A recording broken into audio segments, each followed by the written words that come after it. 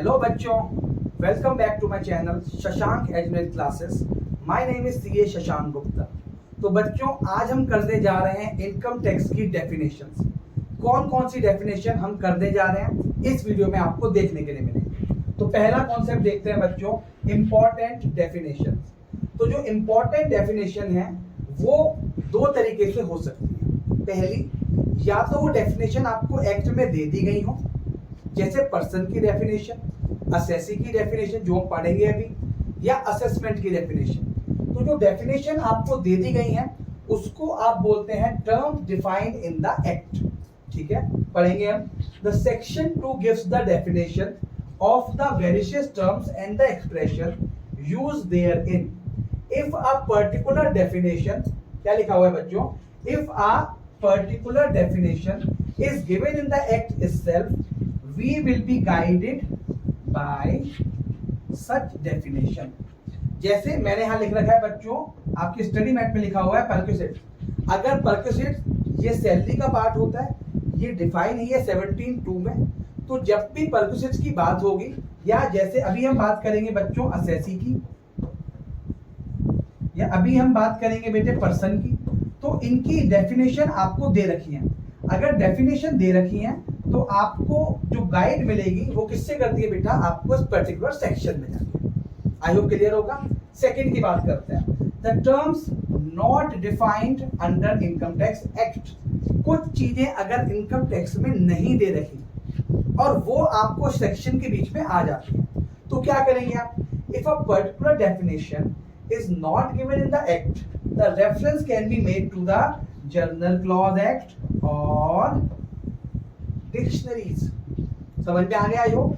तो दो तरीके से डेफिनेशन कर सकते हो। एक एक्ट में दे रखी है तो आप एक्ट से पढ़ेंगे, अगर एक्ट में डेफिनेशन नहीं दे रखी तो आप जर्नल क्लॉज एक्ट लगाएंगे या डिक्शनरी का यूज करेंगे।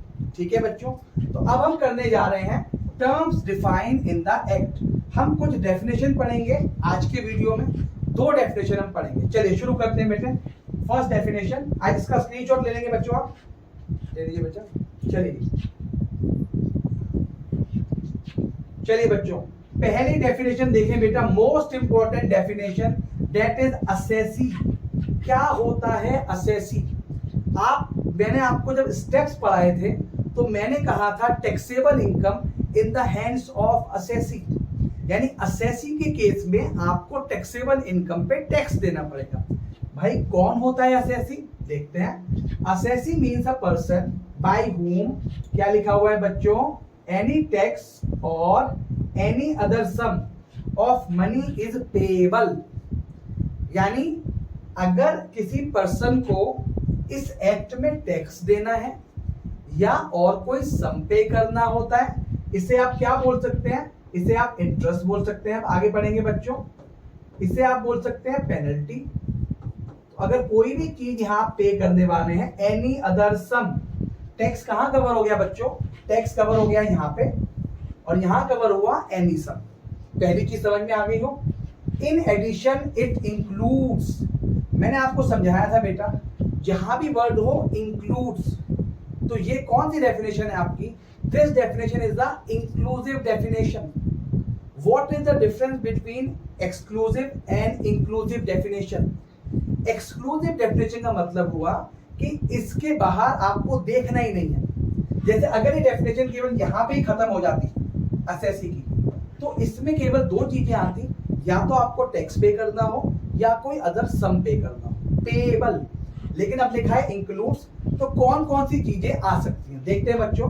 Every person in respect of whom any proceeding has been taken for the assessment. आप इनकम असेस कर रहे हो, किसकी, हिज इनकम, चाहे टैक्स हो चाहे टैक्स ना हो। Second, the income of any other person, ये भी हम पढ़ने वाले हैं बेटा पर्सन की डेफिनेशन में। अभी एनी अदर पर्सन मतलब क्या होता है, इसका एग्जांपल मैं लेकर चल सकता हूं बेटा आप वाले केस में। माइनर, अगर माइनर की कोई इनकम आती है तो माइनर की इनकम टैक्सेबल किसके हैंड में होती है बेटा, पेरेंट्स के हैंड में होती है, फादर के हैंड में होती है। तो चाहे अपनी इनकम हो, चाहे कोई और इनकम हो, या उसने कोई लॉस सस्टेन करा हो। कोई बिजनेस कर रहा है, बिजनेस करके कोई लॉस हो गया, तो वो क्या बोल सकता है, वो ये बोल सकता है भाई ना तो मुझे कोई टैक्स देना, ना मुझे कोई अदर सम पे करना, ना मेरी कोई इनकम आई, कोई बात नहीं, इनकम नहीं आई, लॉस तो आया। लॉस भी कहां शामिल होगा बेटा, असेसी की डेफिनेशन में। और अगला हो गया बेटा refund due. What is refund due?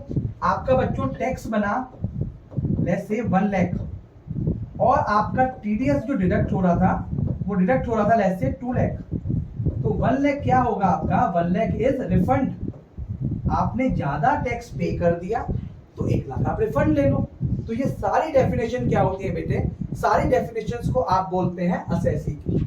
मैंने इस पॉइंटिंग नंबर करता हूं। पहला नंबर हम ऐसे लिख सकते हैं एनी टैक्स और सम पेबल, दैट इज टैक्स या तो कोई टैक्स पे हो या फिर कोई सम पे हो। This is first point. Second point क्या हो सकता है, आप उसकी इनकम जनरेट कर रहे हो, हिज इनकम।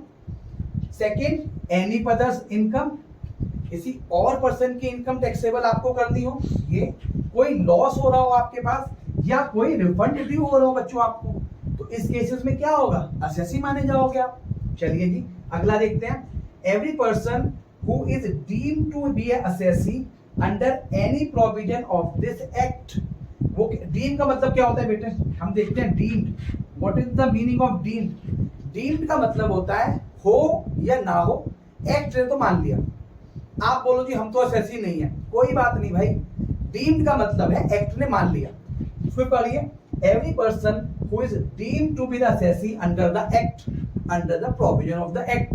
एक्ट ने बोल दिया, इनकम टैक्स लॉ ने बोल दिया कि आप असेसी हो, लड़ोगे नहीं आप उससे। क्या वर्ड है, डीम्ड, मान लिया गया आपको, तब भी आप क्या होगे बेटे, असेसी माने जाओगे। अगला every person who deemed to be the assessee in default. अगर आप रिटर्न फाइल नहीं कर रहे और बोल रहे हो उससे ना तो हमारी इनकम, ना हमारा लॉस, ना हमने टैक्स पे करा, ना हमारा रिफंड, तो हम तो नहीं पे करते, हम तो नहीं है असेसी आपके, तो उस केस में आप बोलोगे हो आप असेसी। किस एक्ट के अंदर हो, किस क्लॉज के अंदर हो, deemed to be assessee in default. आपने डिफॉल्ट कर रखा है भाई, तो आप असेसी हो। तो फटाफट मेरे साथ आप क्विक रिवीजन करेंगे असेसी में कौन कौन सी चीजें आती हैं। पहला एनी टैक्स या अदर सम। दूसरा क्या लिखा था बेटा, इनकम असेस कर रहे हो आप। तीसरा अदर पर्सन की इनकम असेस हो रही है। फिर loss, refund due, deemed assessee और deemed assessee in default. I hope ये क्लियर हुआ होगा बच्चों। स्क्रीनशॉट लीजिए, नेक्स्ट डेफिनेशन पे आने बेटे।